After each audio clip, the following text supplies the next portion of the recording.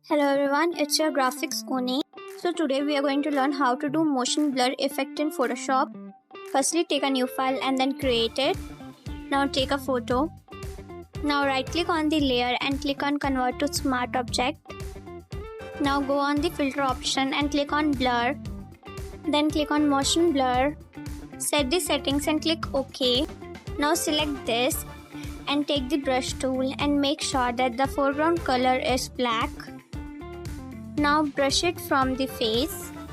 Now click on this and then click on gradient map. Now go to pastels and select this and click OK.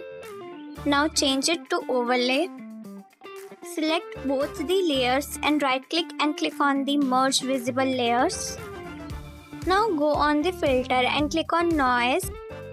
Then click on add noise and set the details and click OK. And boom, it's done. Like and subscribe for more such videos.